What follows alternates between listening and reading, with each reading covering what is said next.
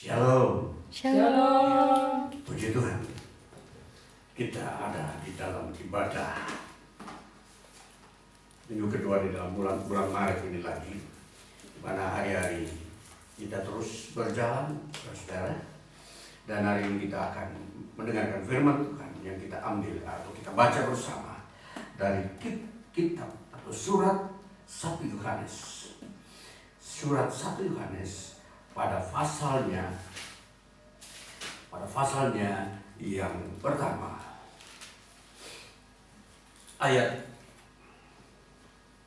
kelima dan keenam, dan nanti dilanjutkan dengan ayat-ayat yang lain yang nanti diambil dari pasal-pasal berikutnya, dan sebagai kelengkapan pengenalan kita akan firman Tuhan dari surat Yohanes ini. Kita baca bagian pertama. Surat 1 Yohanes pasal pertama ayat 5 dan ke-6 bunyinya demikian.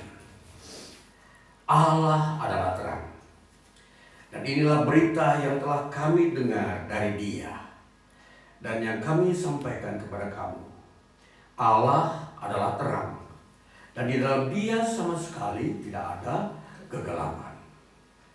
Jika kita katakan bahwa kita beroleh persekutuan dengan Dia, namun kita hidup di dalam kegelapan, kita berdusta dan kita tidak melakukan kebenaran.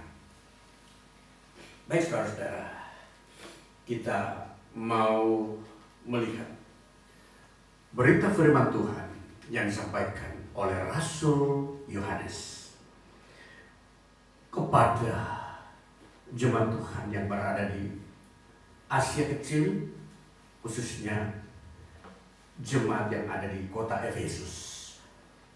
Suatu jemaat yang digembalakan oleh Rasul Yohanes pada abad-abad pertama. Jadi saudara-saudara, tema kita ada pada hari ini adalah kita mengerti bagaimana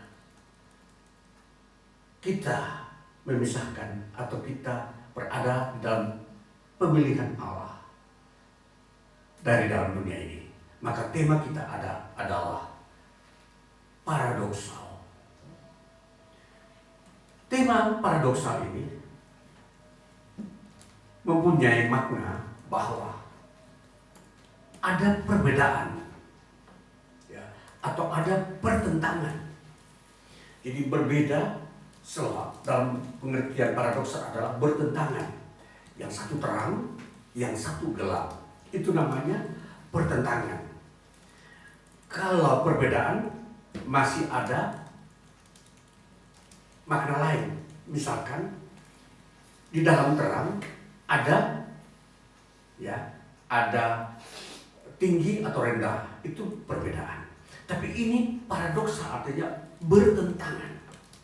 Jadi dia tidak bisa disatukan. Maka di sini dikatakan Allah adalah terang.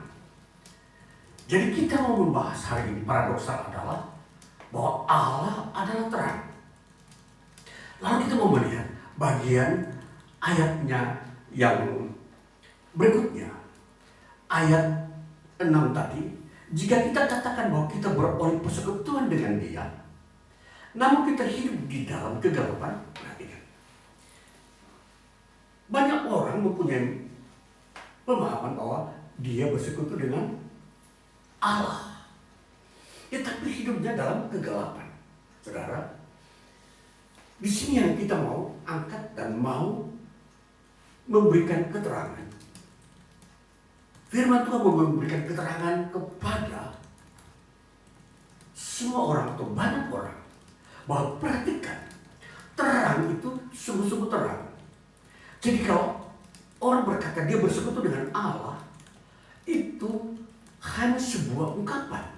Tapi faktanya kalau dia dalam kegelapan, maka dia disebut berdusta.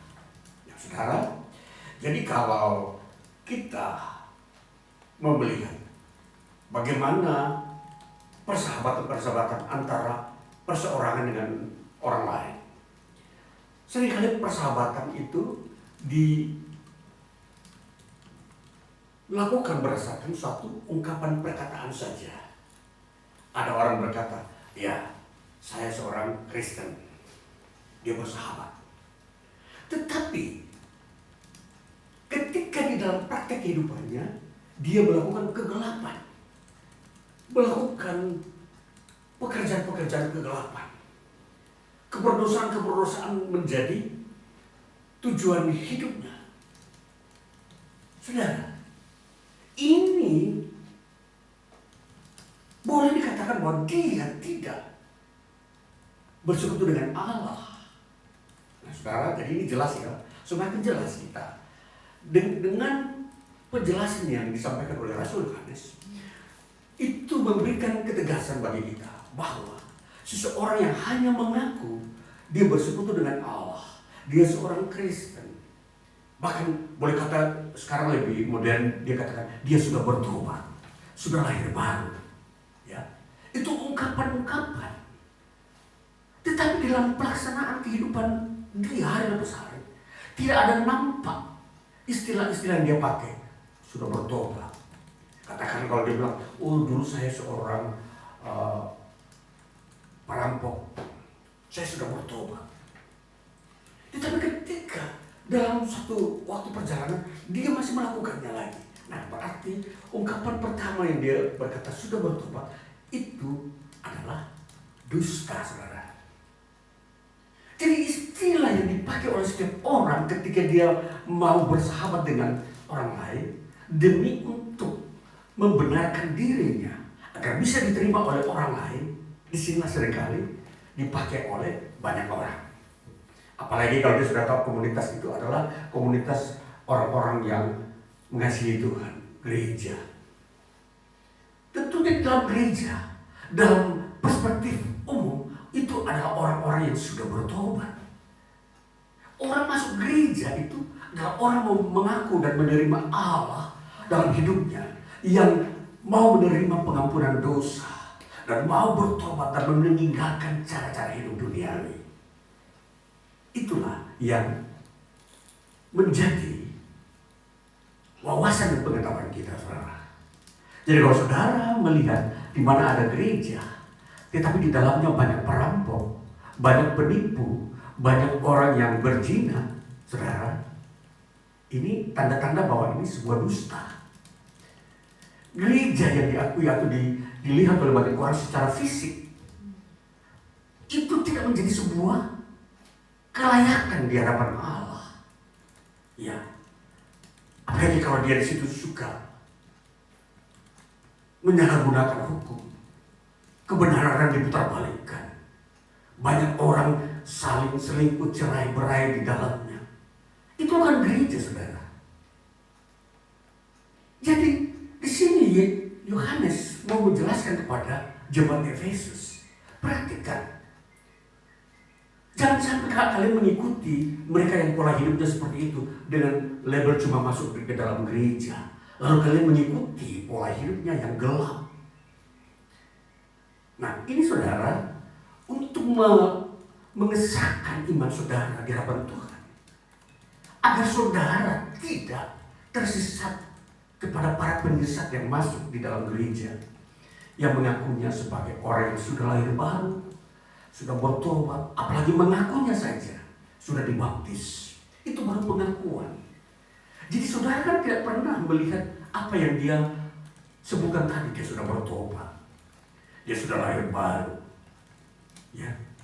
Jadi dengan pengakuan-pengakuan itu, saudara langsung percaya menerima dia sebagai jemaat atau sahabat. Sahabat saudara seiman.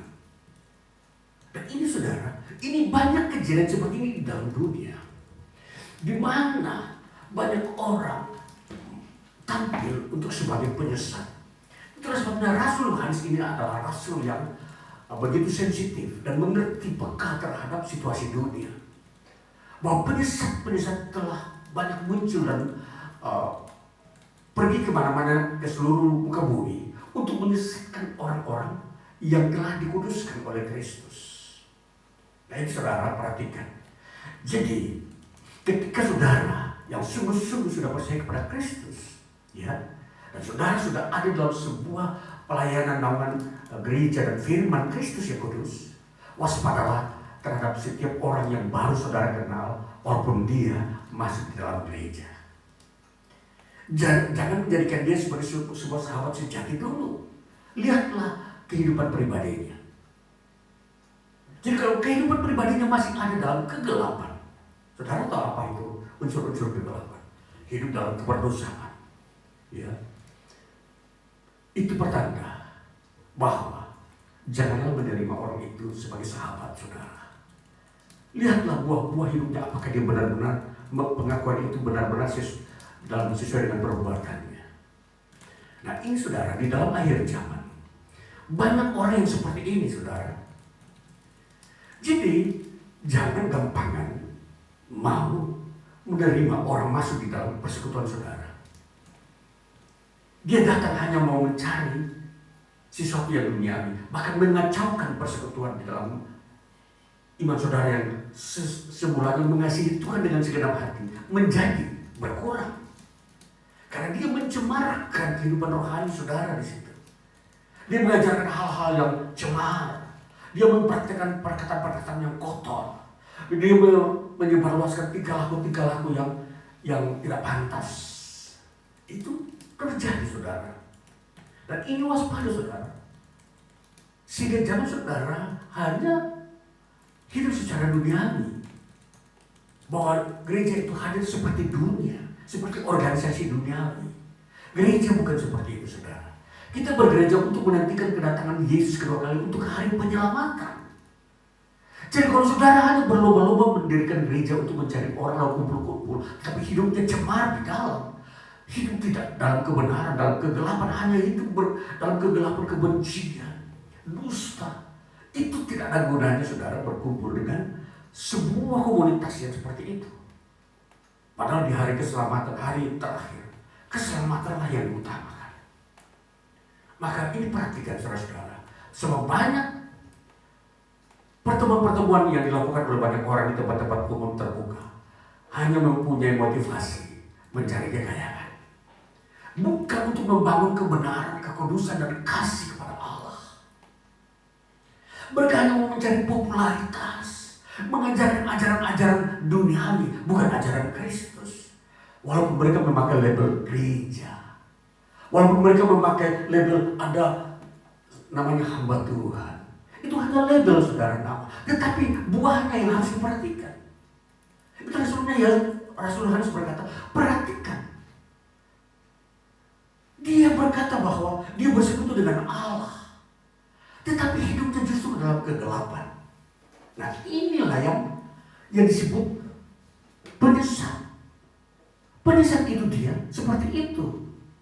Dia hanya berkata-kata yang baik. Perkataannya itu melibatkan Allah, bahkan Kristus, bahkan hal-hal yang sakral dia bisa ucapkan. Saya sudah bertobat, katakanlah. Saya sudah dibaptis. Sekali lagi, ini perlu ada klarifikasi. Antara perkataan dan perbuatan itu harus sinkron. Harus terhubungkan dengan ajaran Kristus. Sehingga kalau orang yang masuk gereja, benar-benar dia melakukan ajaran Kristus, bukan ajaran duniawi yang penuh dengan keberdosaan. Nah ini saudara, jadi banyak orang sedang mengalami kekecewaan ketika dia masuk gereja. Dia kira dia bertemu dengan kebenaran di situ, padahal banyak kepalsuan. Siapa yang dipersalahkan kalau seperti ini? Ini adalah sebuah praktek-praktek penyesatan di dunia oleh banyak orang. Jadi waspada ketika saudara sudah masuk dalam sebuah persekutuan yang mengatasnamakan gereja, tetapi di situ para pelayan, para tokoh-tokohnya semua melakukan kecemaran, dosa, keluarlah saudara daripada saudara tersesat bersama-sama mereka. Ini ajaran Kristen yang murni bahwa di dalam persekutuan dengan Allah itu tidak boleh ada kegelapan. Allah sama sekali tidak ada kegelapan di situ.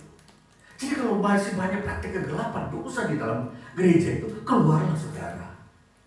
Daripada saudara ikut disisakan dan binasa bersama mereka. Jadi Allah menyelamatkan manusia bukan karena ada sebuah label gereja, tulisannya gereja apa?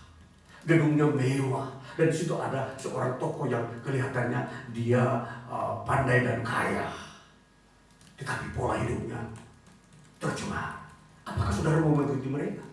Inilah penyesatan-penyesatan yang akan terjadi semakin banyak terjadi di muka bumi, saudara. Mereka bukan menampilkan ajaran Kristus, tapi mereka menampilkan diri mereka yang berdosa dan angkuh dan hanya mengutamakan kekayaan. Nah, ini saudara, Kristus menghadirkan kesucian di dunia ini. Siapa yang mau masuk dalam keselamatan, dia harus hidup di dalam penyucian. Mari kita baca di dalam surat 1 Yohanes pasal 3 ayat yang ketiga. Kita baca pasal yang ketiga dulu. Ayat yang ketiga. Setiap orang yang menaruh pengharapan itu kepadanya menyucikan diri sama seperti dia yang adalah suci. Jadi orang yang mau bersekutu dengan Kristus, dia harus hidup suci. Saudara, jadi kalau saudara hanya tampil mau datang ke gereja tidak mau melihat kesucian, saudara ditolak oleh Allah. Dan itu Allah tidak menyebutkan tempat itu sebagai umat Allah. Jadi umat Allah adalah umat yang hidup dalam kesucian, saudara. Yang tidak senang dengan dosa, kecemaran dan keangkuhan, kesombongan, kebencian. Tidak ada. Justru di situ ada kerendahan hati, ada kesabaran, ada kemurahan, ada kebaikan, saudara. Jadi bersekutu dengan Allah itu di situ. Jadi kalau saudara tidak menemukan kesucian di dalam gereja, janganlah saudara berlama-lama di situ. Saudara akan binasa bersama mereka. Ya. Jadi yang diselamatkan bukanlah yang disebut orang yang pandai dan orang yang kaya, tapi orang yang suci lah yang akan diselamatkan Tuhan. Jadi sebuah label saudara harus tahu dengan benar di dunia ini, sehingga saudara jangan sampai salah, menyesal di kemudian hari karena saudara tidak tahu apa yang saudara lakukan. Saudara hanya berpikir itu gereja, saudara. Jadi gedung yang disebut gereja itu saudara harus perhatikan dengan baik.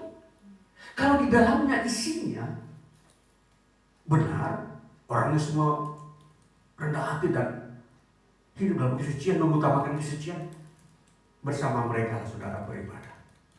Tapi kalau saudara masuk di dalamnya penuh dengan kebencian, iri hati, kesombongan, dan penipuan, tipu daya, dan semua kemerosotan, perselingkuhan dan perceraian, saudara, itu seperti kuburan yang di dalamnya isi tengkorak. Yang Yesus selalu menghadapi orang-orang Farisi. Kalian hanya melabur kubur itu dengan cat putih, tetapi di dalamnya penuh dengan tulang belulang. Ini dia. Jadi dalam hal kita mau melihat paradoksal bahwa terang dan gelap itu sangat bertentangan. Ya. Suci dan berdosa itu sangat bertentangan, bukan berbeda. Jadi berbeda dengan bertentangan sebuah istilah yang harus kita pisahkan. Bertentangan itu bertolak belakang, yang satu ke utara, satu ke selatan. Jadi berdosa dengan suci adalah hal yang bertentangan. Jadi di sini saudara, untuk melihat kebenaran-kebenaran yang ada di dunia ini, ciri khasnya lihatlah pada hal-hal kesucian. Kalau saudara masuk di tengah sebuah tempat yang disebut suci, tetapi di dalamnya tidak suci, itu penyesatan. Gereja adalah sebuah istilah suci. Yesus berkata, aku akan mendirikan gereja, aku akan mendirikan jemaat di atas dasar iman. Itu suci, saudara. Tapi banyak penyesat, setan, iblis menyesatkan banyak orang. Dia juga berkata, aku juga mau membangun gereja, tapi yang di dalamnya pengejarannya adalah pengejaran setan. keberdosaan di dalamnya merajalela, bukan ajaran kesucian. Jadi gereja yang sesungguhnya adalah di dalamnya ajaran-ajaran kasih kepada Allah, kesucian, tunduk kepada Kristus. Ajaran Kristus itu diajarkan. Kalau Kristus berkata jangan bercerai, lah itu di situ, jangan bercerai. Itu ajaran Kristus, itu gereja yang murni. Tapi kalau ada gereja berkata bercerai silahkan, nah ini ajaran yang palsu, bukan gereja ini saudara. Dan hamba Tuhan yang mengizinkan itu, dia juga tidak melakukan kesucian. Walaupun dia berkata saya pendeta, saudara, itu hanya pengakuan, tetapi pengakuan dan perlakuan itu berbeda. Jadi kalau dia pengakuan dengan mulut bahwa pendeta, tapi kelakuannya adalah ajaran setan, saudara, tinggal pilih mana yang saudara mau ikut, yang palsu atau yang asli. Jadi banyak orang mengaku bahwa dirinya pendeta hamba Tuhan, tetapi pengajarannya bukanlah ajaran Kristus. Kehidupan sehari-harinya bukan ajaran Kristus, tapi ajaran dunia. Saudara, ini banyak. Jadi kalau saudara memang tidak mau diselamatkan, silakan bergabung dengan mereka yang hanya mengutamakan kesombongan, kekayaan, tanpa kesucian di dalamnya. Ini terjadi, saudara. Dan di sini akan menyusahkan dan membuat banyak duka bagi manusia karena pekerjaan-pekerjaan penyesat ini. Para penyesat ini, mereka bukan mengajarkan sebuah kata-kata kutuk, bukan. Mereka tampil dengan sesuatu mode keindahan-keindahan, seolah kebahagiaan ada di dalamnya. Tetapi intisari dari para pengajaran mereka tidak masuk kepada ajaran Kristus yang sesungguhnya. Mereka hanya menyerempet sedikit, tetapi bukan pada pusatnya. Sebab ajaran Kristus itu luas, tetapi pusat ajaran Kristus ada dalam kesucian. Baru berkembang kepada berkat, baru berkembang kepada kedamaian, ini ketentraman. Saudara, pusat ajaran Kristus itu di kesucian. Kalau ada orang tidak masuk ke dalam intisari ajaran Kristus yang adalah kesucian, mereka itu palsu, saudara. Mereka hanya bilang berbahagia, berkat, ketentraman, ya. Tapi kesucian tidak. Mereka tidak masuk ke dalam pusat kehidupan kesuciannya Allah. Maka ini saudara, gereja harus tahu. Kalau saudara masuk gereja tidak menemukan kesucian, hanya menemukan berkat, waspada. Sebentar lagi penyesatan membawa saudara tersesat jauh. Saudara tidak mengindahkan kesucian lagi, hanya mengindahkan, mengutamakan berkat, kekayaan. Dan ini semakin jauh dan terhilang. Karena berkat bukanlah menjadi pusat tahta Allah. Allah bertata dalam pusatnya disebut kesucian. Tidak ada dosa di dalamnya. Itulah sebenarnya di situ terang. Sedangkan berkat itu masih disebut abu-abu. Bisa terang, bisa juga gelap. Tapi itu abu-abu. Jadi dia bukan terang. Juga ketenteraman. Dan ini semua bisa dipalsukan oleh iblis. Iblis bisa memasukkan semua itu. Yang penting dosa jangan dihilangkan. Oh boleh silakan. Kamu mendapat berkat yang banyak, tapi dosa tetap terus di situ kamu lakukan. Ya. Ini saudara, kamu boleh berkumpul dengan orang-orang yang cinta damai, tapi soal kesucian jangan. Sebab kesucian itu akan masuk ke dalam pusat hadirat Allah, di mana di situ banyak orang mengaku dosa dan tidak perlulah hidup mengaku dosa. Yang penting berdamai, saudara. Pengakuan dosa adalah di situ Allah mau menyinggung manusia masuk kepada pusat kesucian. Tanpa pengakuan dosa dan bertobat, manusia tidak pernah akan bisa menemukan kesuciannya Allah. Manusia tidak bisa masuk bersekutu dengan Allah di dalam kesuciannya yang adalah terang. Jadi terang itu menjelaskan tentang kesucian, saudara. Jadi hidup di dunia ini, saudara, jangan sampai saudara terbawa arus dengan tekanan-tekanan dunia yang hanya mengutamakan jumlah orang yang banyak, sering berkumpul tertawa, tetapi mereka tidak memperhatikan kesucian. Ini yang banyak terjadi, dan gereja-gereja banyak terjebak di dalamnya. Gereja lebih banyak mengutamakan organisasi kegiatan-kegiatan luar seperti orang dunia, tapi soal kesucian tidak menjadi sorotan. Kesucian tidak pernah diangkat menjadi dasar daripada hadirnya gereja. Yaitu apa? Harus bertobat. Karena kalau bertobat adalah kita masuk ke dalam kesuciannya Allah.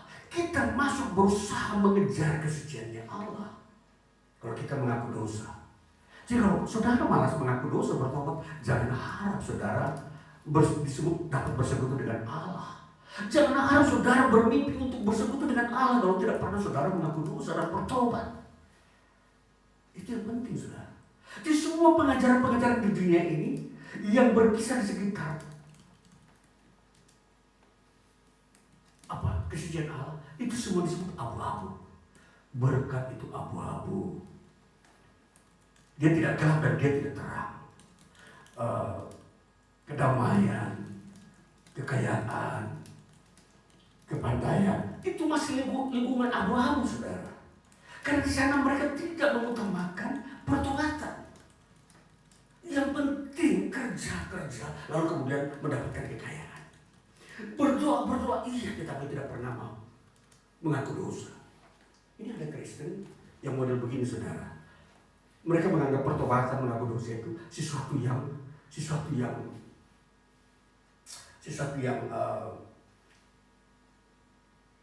tidak masuk dalam akal, tidak masuk bisa diterima secara pribadi. Bertobat itu, padahal Alkitab mengatakan bertobatlah kamu, saudara-saudara, supaya kamu dapat masuk dalam kerajaan Allah.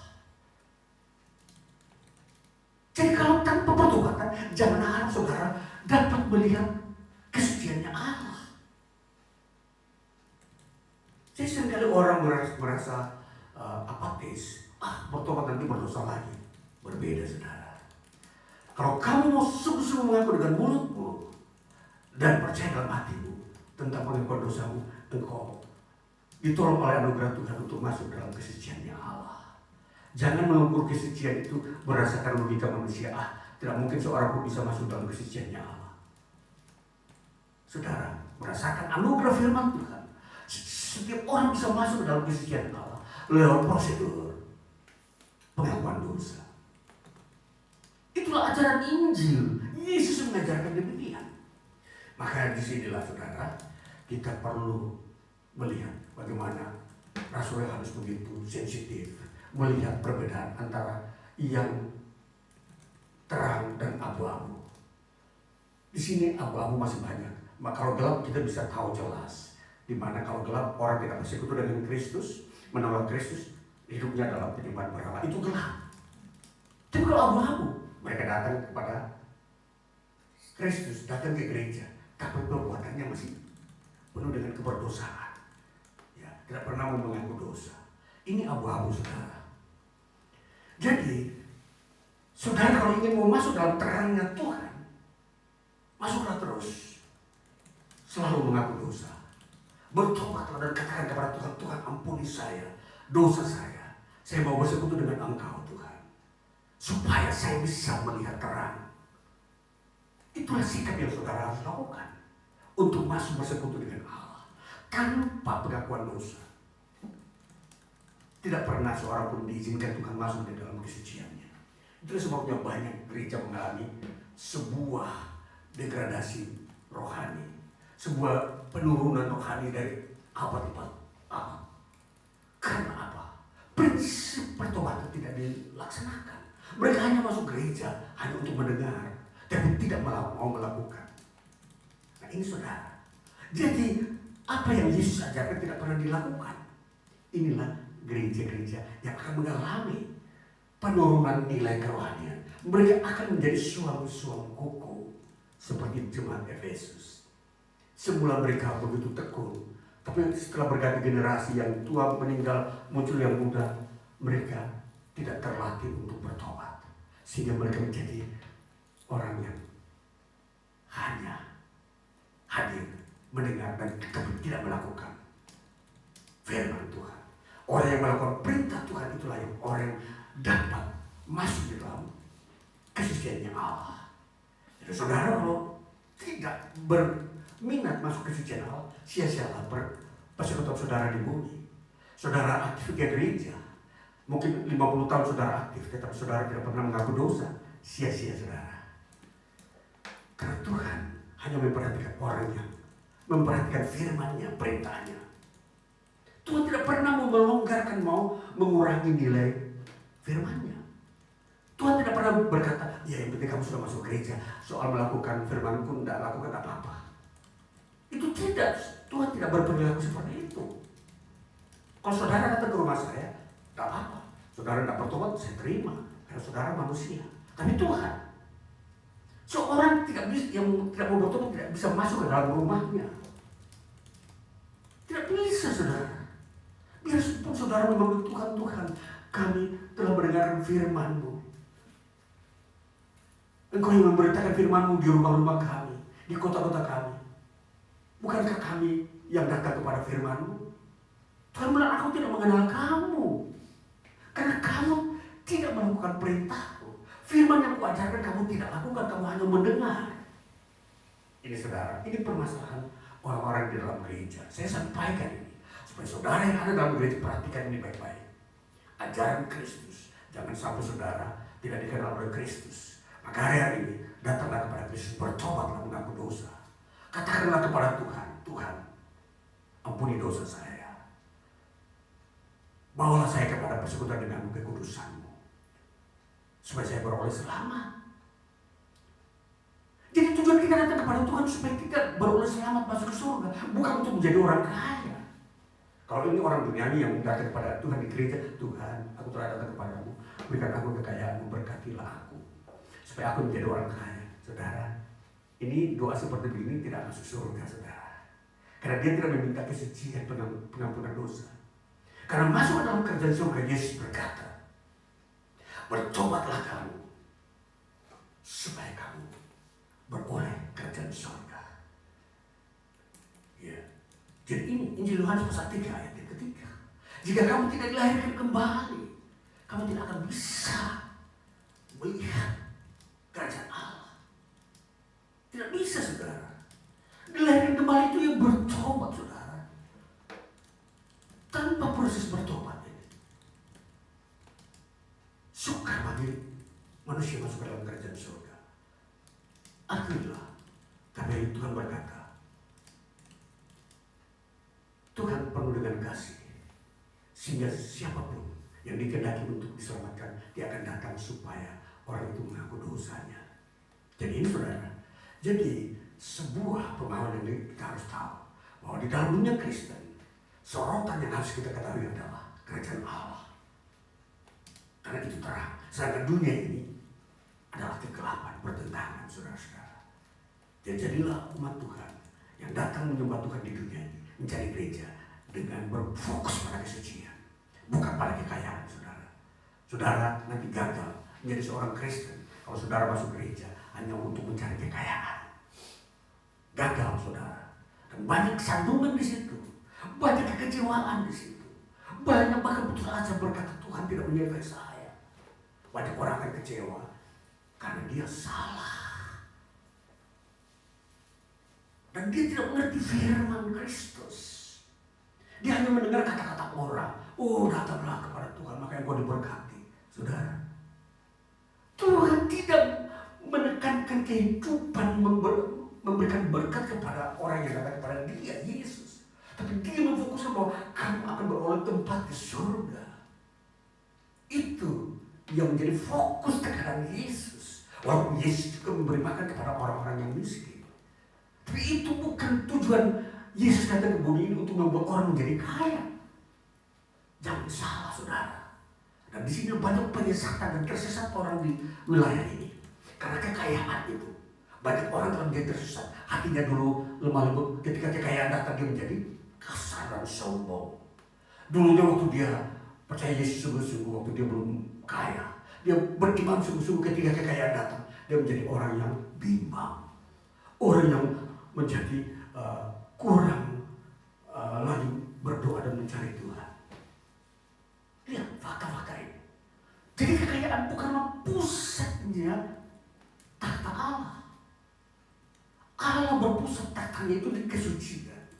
Sekali lagi, walaupun Allah itu maha kaya, Allah itu yang menciptakan langit dan bumi dan segala isinya, sehingga di situ kekayaan. Tapi Allah tidak berpusat pada kekayaan, tapi pada kesucian. Itulah pribadi Allah. Terang itu, saudara. Jadi jangan salah memahami tentang Kristus. Jadi Kristus harus dipahami bagaimana kesucian Allah di dalam Dia. Ya. Jadi disinilah yang harus kita mengerti secara Kristen. Jangan mengambil ajaran lain masuk dalam Kristen. Kalau saudara mengambil ajaran lain masuk ke Kristen, saudara sesat.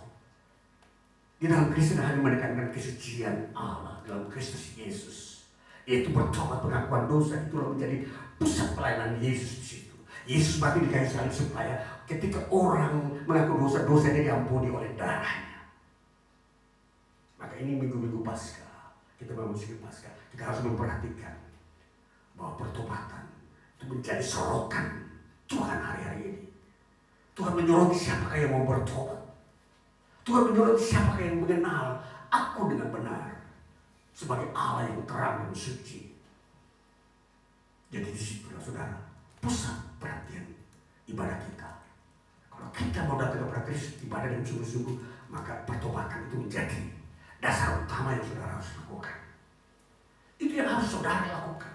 Bertobat terus menerus. Dan bertobat bukan sekali, terus menerus. Tuhan ampun, saya masih berdosa. Disitulah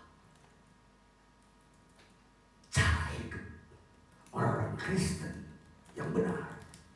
Orang Kristen yang sungguh-sungguh mencintai Tuhan. Jadi ini saudara-saudara, jadi bukan hanya mengaku dengan mulut saya bersekutu dengan Allah, tapi perbuatannya penuh dengan dosa. Baiklah saudara, ini menjadi berita firman Tuhan bagi kita hari ini untuk mengerti tentang ajaran Kristen, iman Kristen dengan benar, sehingga tidak ada lagi penyesatan di dalam gereja. Tidak ada terjadi pengejaran-pengejaran sesat di antara orang Kristen. Sebab masih banyak orang Kristen yang mempraktekkan pola hidup kesesatan. Masih banyak saudara. Jadi disinilah yang saya tegaskan melalui firman Tuhan ini, supaya kita terbuka, tertemplak, supaya lebih waspada sebelum hari kematian dan hari penghakiman itu tiba. Sebab Tuhan itu mengadili setiap orang dengan adil dan benar. Tuhan membuka semua kehidupan sejarah kita. Tidak ada satupun yang tersembunyi. Tuhan tahu di mana saudara berbuat dosa. Tuhan tahu saudara sembunyi dosamu. Tuhan tahu di mana pun saudara beraktivitas menipu banyak orang. Dan ini saudara perhatikan. Jangan sampai waktunya tiba saudara bertobat. Neraka telah menunggu. Tuhan menolak dan tidak mengenal saudara. Sekalipun saudara berkata, Tuhan, bukankah Engkau datang ke rumah kami memberitakan firman-Mu? Engkau datang ke kota kami untuk mengajarkan firman-Mu. Tuhan berkata, iya, tapi kamu kan tidak melakukannya, bukan? Maka aku tidak mengenal kalian. Ini statementnya Tuhan. Pada akhir hari penghakiman, itu akan terjadi, saudara. Dan ini jangan sampai penyesalan terjadi. Saudara ditolak oleh Kristus, padahal saudara masuk dalam gereja. Tuhan tidak menyebutkan kalau sudah masuk gereja itu umatku. Tuhan melihat perbuatanmu. Kalau kamu senang melakukan perzinahan, jangan harap. Kalau kamu senang melakukan dusta dan penipuan, jangan harap. Ya, jangan harap melihat kerajaan surga. Karena Tuhan itu suci. Anugerah Tuhan itu anak besar. Tapi bukan berarti membiarkan dosa itu bertumbuh dalam kehidupan pribadi saudara. Oh, Tuhan kan maha baik, maha suci, maha pengampun. Kalau aku berbuat dosa lagi, bukankah Tuhan mengampuni lagi? Bukan itu cara metode Tuhan mengampuni dosa. Ketika kita menjauhkan diri dari dosa, kita muncul dosa yang berikutnya, Tuhan, ampun, saya tidak mau melakukan lagi, tapi karena ini sesuatu yang membuat saya terjebak dalam pencobaan, ampuni saya lagi Tuhan. Tapi bukan dengan sengaja, saudara. Jangan sampai saudara kebiasaan melihat anugerah Tuhan lalu, oh kan Tuhan berpura hari ini saya berzina, nanti satu waktu bertobat lagi, bukankah Tuhan mengampuni? Bahaya saudara. Oh saya mau menipu hari ini, menipu terus, waktu saya bertobat lagi, lalu Tuhan akan mengampuni. Bahaya. Hari ini saya ini mau membenci, memusuhi dan seterusnya dosa kegelapan. Saudara seenaknya berlaku seperti itu, tidak ada gunanya saudara. Saudara pergi beribadah, masuk mendengarkan firman, dan kelakuannya hidup keluar dari gereja sama dengan orang dunia, bahkan lebih jahat. Ini bahaya saudara. Maka bertobat. Prinsip bertobat itu supaya saudara merendahkan hati, ingin menjauhkan diri dari dosa. Itu adalah sikap bertobat. Jadi tanamkan sebuah prinsip pribadi yang takut akan Tuhan. Jangan menyombongkan diri. Jangan berkata aku itu mampu, aku seorang tua-tua di gereja sudah 50 tahun saya aktif, maka saya menjadi orang yang fasih dalam kebenaran. Tidak ada seorang bisa fasih dalam kebenaran kalau dia tidak bertobat. Jadi tahu intisari kunci kehendak Tuhan di situ. Tuhan menghendaki supaya semua orang itu bertobat. Itu harus tahu. Kalau saudara tahu kunci itu, maka bertobatlah menjadi sebuah sikap hidup di hadapan Tuhan. Sebuah doa saudara. Itu yang saudara harus lakukan. Maka dengan firman ini, saudara menjadi benar di hadapan Kristus. Tuhan Yesus memberkati. Haleluya. Amin.